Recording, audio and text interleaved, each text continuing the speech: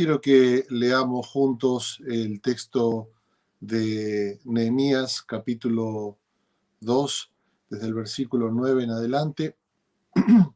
Vamos a continuar con la lectura de este libro maravilloso que nos habla acerca de un líder que no era un hombre religioso en cuanto a liderazgo, sino que era un hombre de trabajo en un aspecto muy vinculado a la comida o a la bebida. Era copero del rey, en el cual él estaba sirviendo allí en el imperio persa, y Dios lo llama para una tarea muy especial, que es la reconstrucción de los muros de su ciudad. Siempre en el momento justo, en el lugar adecuado, Dios tiene gente, tiene pueblo para hacer la obra que él quiere hacer. Y aprendemos de este Nehemías que aún siendo copero, Dios lo transforma en constructor y después lo transforma en gobernador. La maravilla de las vocaciones que Dios despierta en medio de circunstancias particulares. Y yo creo que estamos viviendo en circunstancias como esas, similares en todo caso, en las cuales Dios tiene mucho para decirnos a través del libro de Nehemías.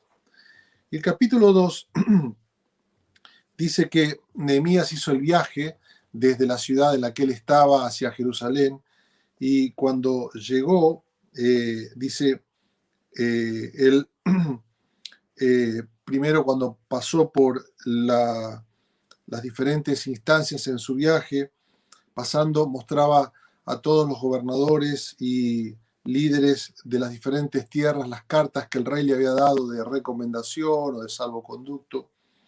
Y cuando llegaron en el versículo 10 dice que Sanbalat, Tobías, les disgustó en extremo que viniese alguno para procurar el bien de los hijos de Israel. Llegó a Jerusalén y después de 3 días me levanté de noche, yo y unos pocos varones conmigo, y no declaré a hombre alguno lo que Dios había puesto en mi corazón que hiciese en Jerusalén. Ni había cabalgadura conmigo, excepto la única que yo llevaba. Y salí de noche por la puerta del valle hacia la fuente del dragón y la puerta del muladar, y observé los muros de Jerusalén, que estaban derribados y sus puertas que estaban quemadas o consumidas por el fuego. Pasó luego a la puerta de la fuente y comenta en el versículo 15, y subí de noche por el torrente y observé el muro y di la vuelta y entré por la puerta del valle y me volví. Y no sabían los oficiales a dónde yo había ido, ni qué había hecho, ni hasta entonces lo había declarado yo a los judíos y a sacerdotes, ni a los nobles y oficiales, ni a los demás que hacían la obra. Así les dije, versículo 17, ustedes ven el mal en que estamos, que Jerusalén está desierta y sus puertas quemadas por el fuego. Vengan y edifiquemos el muro de Jerusalén y no estemos más en oprobio. Vengan, edifiquemos el muro de Jerusalén y no estemos más en oprobio. Entonces les declaré cómo la mano de mi Dios había sido buena sobre mí, y asimismo la palabra que el rey me había dicho, y dijeron, levantémonos y edifiquemos. Así esforzaron sus manos para bien. Pero cuando lo oyeron Sanbalat, Tobías y Gesem el árabe, hicieron burla de nosotros diciendo, y nos menospreciaron diciendo, ¿qué es esto que hacen ustedes? ¿No se están rebelando contra el rey? Y en respuesta les dije, el Dios de los cielos, Él nos prosperará, y nosotros sus siervos nos levantaremos y edificaremos, porque ustedes no tienen parte, ni derecho ni memoria en Jerusalén. Y el capítulo 3 nos relata el libro cómo el pueblo se aboca a la construcción del muro. Y dice que se levantaron el sacerdote Eliasib con sus hermanos los sacerdotes y edificaron la puerta de las ovejas. Junto a ella los varones de Jericó, que era otra ciudad, no era la ciudad de Jerusalén. Se levantaron los hijos de Senaá. Después dice más adelante en el versículo 5, inmediato a ellos restauraron los tecoitas. Los tecoitas eran de otra región, que fueron solos porque sus líderes no los acompañaron. Después se levantaron varones de Gabaón y Mispá, que eran otras regiones, que no eran de Jerusalén. Estaban bajo el dominio del gobernador del otro lado del río. Se levantaron plateros y también perfumeros. Hubo un gobernador de Jerusalén, varios en realidad. Asimismo restauró junto a ellos y frente a su casa, esta frase, frente a su casa, se repite varias veces. Después se levantó un gobernador de la mitad de la región de Jerusalén junto con sus hijas. Después reconstruyeron una parte de la ciudad que quedaba cerca del basurero. El gobernador de la provincia de Bet Hakerem, él también se dedicó a reconstruir esa parte tan fea de la ciudad. Después sigue hablando acerca de los levitas, otros que estaban ahí en la casta de sacerdotes o servidores del templo. Después habla de un tal Baruch que reconstruyó con todo fervor. Más sacerdotes que otros que se levantaron y construyeron otra vez frente a su casa. Después dice los sirvientes del templo, vuelve a mencionar los tecoitas, sacerdotes cada uno frente a su casa. Menciona a un tal Sadoc que enfrente de su casa también construyó el muro, reconstruyó el muro.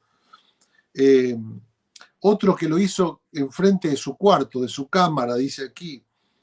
Un tal Malquías, hijo del platero. Después menciona al final plateros y comerciantes. Todo en el capítulo 3.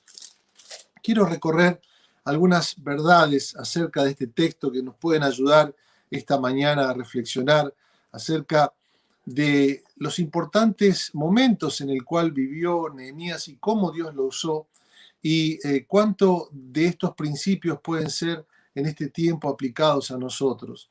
Claro, cuando uno lee el libro de Nehemías, a veces uno se siente tentado a hablar acerca de principios para el liderazgo, principios de administración, ¿no? Y leemos el libro de Nehemías con los ojos o los lentes de este tiempo, ¿no? Entonces acá tenés un principio para el liderazgo, Nehemías delegó, Nehemías armó equipos, y está verdaderamente todo ahí. Y vamos a recorrer algunas cuestiones, pero lo principal del mensaje de este texto es Dios, que está involucrado en la historia de una ciudad olvidada allí en el Medio Oriente, una ciudad que fue destruida, pero este Dios que está mirando con sus ojos redentores, levantando un pueblo, levantando una comunidad, levantando obreros para rearmar y rehacer la identidad de una sociedad. Este es el mensaje, Dios es el mensaje. Y para nosotros, entonces, mirarlo de este lugar. Bueno, entonces, quiero recorrer brevemente algunas verdades. Primer lugar, pasos para la reconstrucción, decíamos hoy. La primera pregunta que uno obtiene, que puede uno hacerse cuando lee este texto de hoy es, ¿qué ves? Nehemías allí participa cuando llega de una soledad creativa, ¿no? Él comienza a observar allí la ciudad, especialmente los muros, recorre en soledad ese lugar, no llega con su agenda tratando de imponer allí el orden y todo lo que había que hacer, sino que hace una recorrida, un momento de soledad creativa, una observación participante, ¿no? O sea, él llega al lugar y comienza a observar en el lugar, comienza a recorrer el lugar y a ver las necesidades que había en aquella ciudad. El mensaje es, la pregunta es, ¿qué ves para reconstruir y para los desafíos que pueda haber en mi vida personal, mi vida familiar, o aquellos que son más importantes aún? Digo más importantes aún porque el mensaje de Nehemías es no tanto lo que Dios puede hacer conmigo, sino lo que Dios puede hacer a través de mí, una vez que trabajó conmigo, obviamente, o al mismo tiempo, pero el mensaje es un mensaje de misión. Y entonces, la pregunta que uno puede hacerse es, ¿qué ves? Nehemías comienza a observar. Está cerca de la realidad y hay que estar cerca de la realidad para hacer la diferencia. Un buen diagnóstico es el primer paso para una buena solución. Por eso cuando uno va a veces a un terapeuta, a un psicólogo, al médico o a lo que sea, bueno, cuénteme qué le pasa. Y uno empieza a contarle su historia. Necesitan escuchar para poder después acompañarnos en un proceso de sanidad. Creo que es importante, creo que a veces los cristianos no somos muy buenos para esto, siempre tenemos soluciones para problemas que no existen, o definimos los problemas como otros nos los definen, ¿no? Hoy en día está recorriendo por nuestras redes sociales estas teorías ideológicas y conspiraciones, que no digo que no sean verdad o que sean verdad, pero dejamos que los problemas los definan los demás. No nos tomamos el tiempo para observar, para orar, para pensar qué necesita nuestro barrio, nuestra sociedad, qué necesita mi vida, qué necesita mi familia. Muy bien, el principio, en términos de misión, es el principio de la encarnación. Allí, Jesús vino, Dios envió a Cristo para morar entre nosotros. Él se hizo parte del problema, por decirlo de una manera. Y Nehemías se hace parte del problema, se acerca al lugar donde está. Si hay algo que necesita este país, es que podamos ser aquellos que no estamos apuntando con el dedo, sino que digamos, en todo caso, cuál va a ser nuestra propuesta para salir adelante. Y en nuestra propia vida, observarnos primero, observar para después tomar los pasos que debemos realizar. Muy bien, esa es la primera verdad. Y la pregunta es, ¿qué estás mirando? ¿Qué estás viendo en tu propia vida? ¿Qué estás viendo en tu realidad? Esta soledad creativa, esta soledad que a veces es caminada delante del Señor en silencio, dice, no le dije a nadie lo que iba a hacer, ¿no? No lo flasheé, no lo comenté, esto quedó entre yo y Dios y unos poquitos que estaban allí. En todo caso, podremos decir una observación en equipo, ¿no? Para después encaminarse a lo que tenían que hacer. Muy bien, la segunda verdad que quiero compartirte esta mañana, ¿qué quiere Dios? Nehemías hace algo muy interesante, ¿no? Nehemías lo que hace es construye un relato. Él construye un relato. En ese relato él plantea la necesidad, pero plantea la salida. Y plantea esa salida en términos primero de Dios y después de qué lugar nosotros debemos ocupar en ese paso. Entonces estos versículos del 17 al 18, lo que hace Nehemías es alentar. Una vez que él tuvo este diagnóstico, él va al pueblo, a los líderes, a alentarlos y les dice, no estemos más en oprobio, les aliento para que nos levantemos y edifiquemos. Y ahí pensaba, ¿no? El mensaje es construirles un relato, construirles una historia que se vincula con ese problema en particular, pero en el cual Dios es parte. Porque a veces nosotros buscamos la solución, pero Dios no es parte de la solución. La solución, Dios está acá y todo lo demás, y la solución la planteamos con nuestras propias fuerzas, con nuestras propias artimañas o artilugios o capacidades, pero Dios no es parte. Y lo que hace Nehemías es sentarse con los líderes y les dice, vean, vamos a construir, ¿no? No estemos más en oprobio. Y Dios es parte de eso. Y es muy interesante cómo él vincula en este relato a Dios. Primero él dice, no nos vamos a conformar, no estemos más en oprobio. Como diciendo, no podemos tolerar esta situación así como está. Basta de este sentido de derrota, este espíritu de derrota que venía ya durante largos años. Habían intentado reconstruirlo allí en el libro de Esdras, capítulo 4, y no lo habían podido hacer porque estos mismos tipos que se habían levantado, Tobías, Sanballat, Jefté, Gesem, perdón, se habían levantado y habían traído temor porque habían hecho que el rey pronunciara un decreto en contra de la construcción. Así que estaban ya acostumbrados a su realidad de derrota. Pero Nehemías se levanta para decir, vamos a construir un relato en el cual Dios es parte. No estemos más en oprobio, miremos nuestra identidad, miremos quiénes somos, miremos a este Dios que nos ha llamado. Somos su pueblo. Y si no eres de parte de ese pueblo de Dios, esto es lo que Dios quiere hacer. Reconstruir tu vida de tal forma que te vincules con tu realidad y con tu historia desde otro lugar, desde el lugar del Dios que ha redimido todas las cosas en Cristo. Entonces, Nehemías les cuenta allí lo que Dios había hecho. Allí en el versículo 18 dice, les declaré cómo la mano de mi Dios había sido buena sobre mí. Este es el mensaje. Él les dice, miren cómo Dios ha estado interviniendo, miren la providencia de Dios. No te creas que el problema se le escapó a Dios de las manos. Esta idea de que no, les dice, miren cómo Dios me trajo hasta aquí.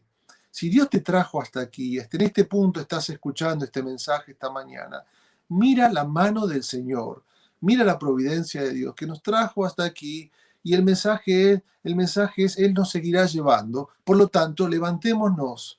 Este Dios que está con nosotros, este Dios nos levantará y nos levanta para que edifiquemos, para que seamos parte activa en esta historia de redención. Qué hermoso, qué maravilloso. Este es el mensaje de toda la Escritura. Tercer principio que quiero compartir con vos esta mañana. La tercera verdad que tenemos allí que quiero que la puedas observar conmigo. No solamente qué ves, no solamente qué quieres. Y aquí tengo una interesante plancha para ustedes ver una foto allí que me encanta, que es la de William Morris. Hubo dos William Morris, uno que es muy conocido en Inglaterra, que fue poeta, que fue artista, que fue un inspirador a la construcción y al estilo gótico en el siglo XIX en Inglaterra. Un tremendo poeta y escritor. Pero hubo otro William Morris. Este William Morris fue un albañil. Vino a Argentina con su padre, porque su madre había muerto, y vino con su padre. Vivió primero en Paraguay, después vivió en Argentina, en Santa Fe, y por último llegó a Buenos Aires, muy jovencito, vivió en La Boca. Este era era hijo de un pastor. Y él fue albañil, trabajó en el campo y después trabajó en construcción acá, pero cuando llegó a La Boca, en el año, allá por el fin del siglo XIX, él comenzó a ver la necesidad que había en La Boca, niños que vivían en las calles, niños que eran prostituidos, abusados, que se morían de hambre, hijos de inmigrantes. Y él con su esposa, con la plata que él hacía como albañil, fue y alquiló un conventillo y allí comenzó a recibir a los niños. Primero eran unos poquitos, después más, 150, les daba de comer y también les hablaba de Jesús. Después él se mudó, comenzó un trabajo en la zona de Palermo y allí también comenzó a hacer el mismo trabajo y empezó a levantar escuelas. Y levantó escuelas tan tremendo el trabajo que hizo que fue mencionado muchas veces por presidentes de la nación. Un hombre sencillo, de manos ajadas por el trabajo, un hombre que fue inspiración para los argentinos con su ética de trabajo, con su servicio a la sociedad, y un hombre que estaba convencido que a los niños había que enseñarles primero desde el amor de Jesús, y entonces también enseñándoles a vivir, enseñándoles a trabajar. Y él, sus escuelas, las escuelas que él fundó, llegaron a ver más de 6.000 niños en toda la ciudad de Buenos Aires. Se hizo una película de él. Y él tenía este lema: pasaré por este mundo una sola vez, si hay alguna palabra bondadosa que yo pueda pronunciar, alguna acción noble que yo pueda realizar, diga yo esa palabra, haga yo esa acción ahora, pues no pasaré ya más por aquí. ¿Qué te parece? ¿Qué te parece pensar como este albañil que un día vio la realidad desde otro lugar y entendió que no era justo que nuestras ciudades tuvieran oprobio y que Dios lo llamaba para levantar y para alentar y para ser de inspiración? Y miren qué interesante lo que figura en su lápida, enterrado aquí en la ciudad de Buenos Aires, o por lo menos hay un recordatorio. Miren lo que dice su lápida. Dice: fue una de esas vidas que dulcemente obligan a creer en Dios. Fue una de esas vidas que dulcemente obligan a creer en Dios. Qué hermoso y qué tremendo para nosotros pensarlo en esta mañana. Que Dios levante muchos William Morris, dijo el presidente de la nación. Necesitamos 100.000 William Morris en Argentina. Y yo diría hoy necesitamos 1.000.000, necesitamos cientos de miles de William Morris que entiendan que el Señor les ha llamado para que no seamos más oprobio, para que no seamos más lo que hoy está tocando vivirnos como sociedad y poder ser agentes de bendición y transformación. Vamos a la próxima placa, entonces, a ver,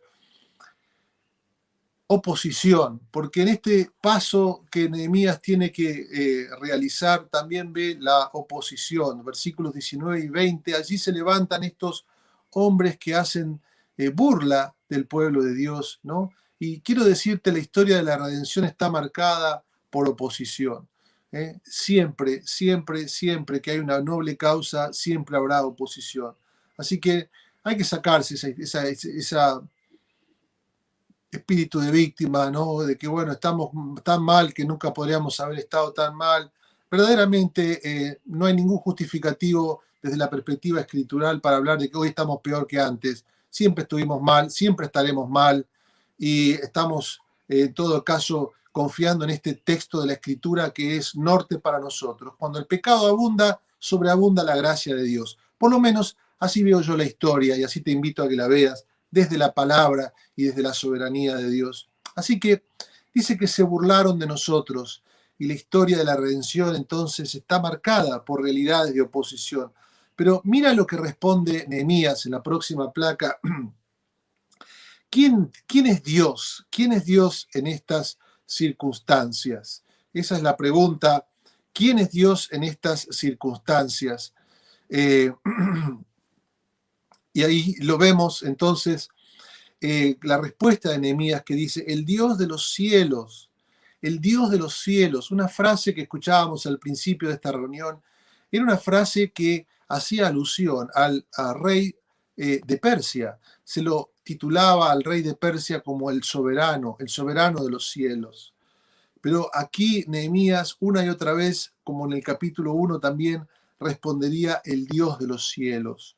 Él reclama y proclama y confiesa la soberanía de Dios sobre toda forma de oposición, como decíamos. Él encuentra, por gracia de Dios, en el nombre de Dios, un nombre, no digo nuevo de Dios, pero hay una manera de comprender a Dios a partir de esa oposición y de esas circunstancias. ¿Qué quiero decir? Para cada momento de la historia, Dios se reveló a su pueblo con un nombre nuevo. Allí en Isaías, por ejemplo, cuando estaba Isaías debatiéndose y el pueblo en cuanto al enemigo y qué hacer, Dios le manda al profeta un mensaje a través de su hijo que le iba a poner por nombre Emmanuel, que significa Dios con nosotros. Cuando al final de los tiempos antiguos y el comienzo del Nuevo Testamento viene Cristo Jesús, su nombre es Emmanuel, que era al cual la profecía en última instancia de Isaías apuntaba. Su nombre es Emmanuel, Dios con nosotros. En cada instancia de la historia, Dios se revela de una forma nueva, o Dios en todo caso da nuevos énfasis a las verdades antiguas que Él nos ha revelado en su palabra. Hay algo muy tremendo en esto para nosotros y es entender que ante la oposición Dios tiene que darnos nueva comprensión de quién es Él y de lo que Él ha hecho en nosotros y a través de nosotros en Cristo Jesús. Cada vez que ha habido oscuridad en la historia, lo decíamos, Dios ha revelado siempre verdades nuevas centradas en el Evangelio. Si hay algo que necesita Argentina en este tiempo, es comprender a este Dios que está sentado en el trono y lo que Él ha hecho para nosotros en Cristo Jesús. Comenzar a pensar de una manera contextual en nuestro lugar, en nuestra historia, ¿quién es este Dios? Si estás enfermo, ¿quién es este Dios? Este es Jehová Jireh, el Señor tu sanador. Jehová Jireh, el Señor tu proveedor. Si estás pasando por necesidad, si estás pasando por angustia, este es el Señor que se hace presente, cuya vara y su callado nos infunden aliento. Este Dios tiene que hablarte y tiene que hablarnos en este tiempo de maneras nuevas y renovadas. Él es el Dios de los cielos. Quiero que mires en tercer lugar, en cuarto lugar, la pregunta que nos hacemos allí en el capítulo 3, ¿solos o acompañados? ¿Solos o acompañados?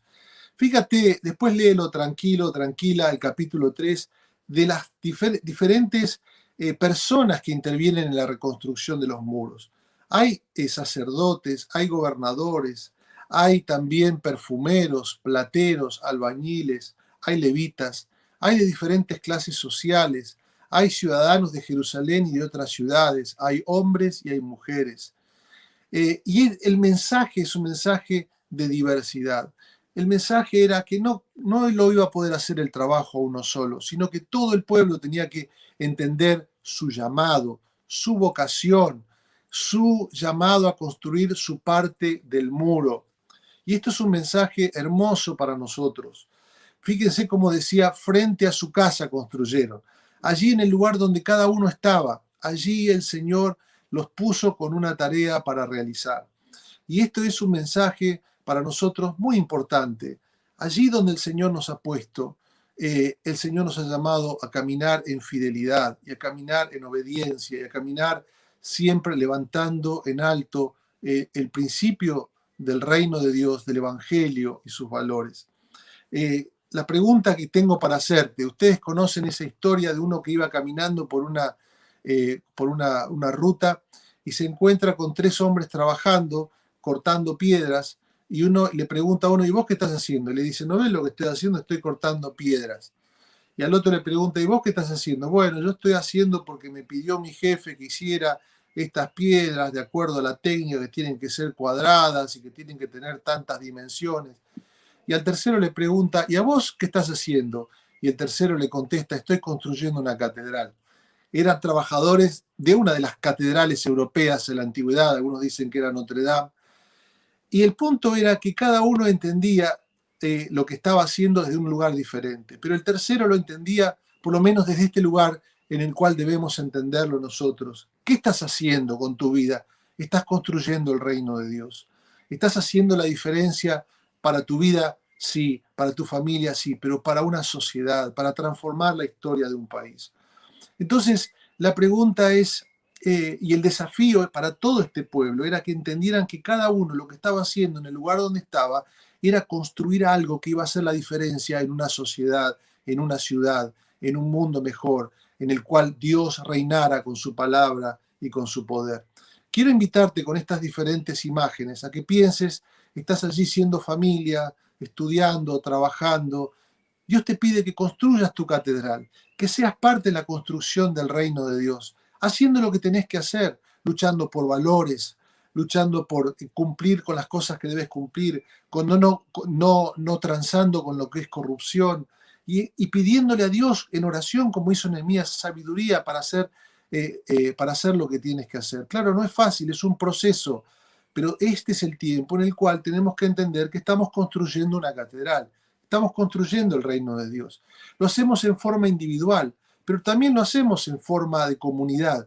Por eso también la invitación a considerar este desafío de participar todos allí en esta manifestación del Congreso el día 28 de noviembre a las 15 horas, porque también queremos hacer escuchar nuestra voz de que no aceptamos los valores antivida que están queriendo promocionarse, porque defendemos a los animales y los animales tienen derechos, pero el bebé no tiene derecho. El niño que está naciendo dentro de la matriz de su mamá no tiene derechos. Entonces, los cuerpos tienen derechos, pero un niño por nacer no tiene derechos. Y no podemos estar a favor de estos valores antivida y nos manifestamos y tenemos el derecho para hacerlo. Y sabemos que va a haber oposición y sabemos que va a haber gente que nos menosprecia como retrógrados.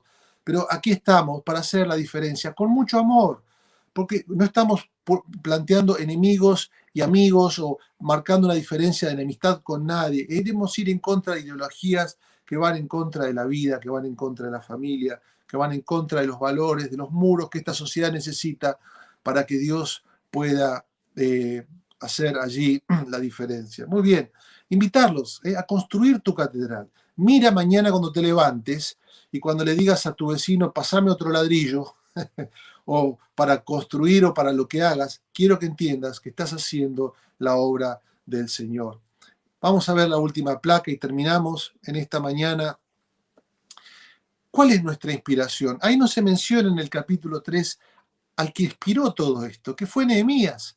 Nehemías no está figurando en ninguno de los nombres, todos los nombres que aparecen en el capítulo 3. pero sabemos que Nehemías fue el inspirador de todo ese movimiento.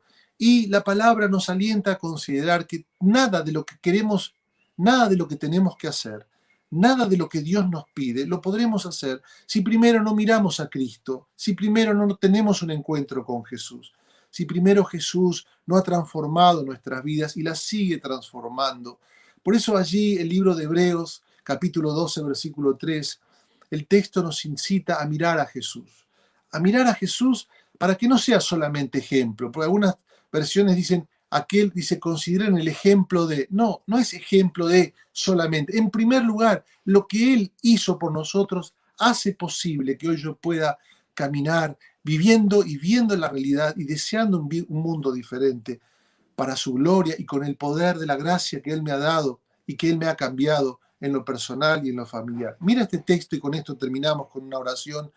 Tengan por tanto en cuenta a quien soportó una oposición tan fuerte de parte de los pecadores. Si lo hacen así, el desaliento no se apoderará de ustedes. Si lo hacen así, el desaliento no se apoderará de ustedes. Gracias, Señor Jesús, por tu palabra. Vamos a orar. Te damos gracias, Señor, porque tú nos invitas a recorrer estos pasos de reconstrucción.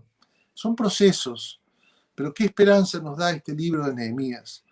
A observar, también a mirar que este Dios está involucrado en la transformación a pesar de la oposición. Tú nos invitas a caminar como cuerpo, como iglesia. No podemos hacerlo solo. Necesitamos vernos cada uno parte de este proyecto al cual tú nos has llamado, el cual tú nos has invitado por medio de tu muerte y tu resurrección. Nos ponemos en tus manos en esta mañana y decimos todos en el nombre del Padre, del Hijo y del Espíritu Santo. Amén. Dios te bendiga.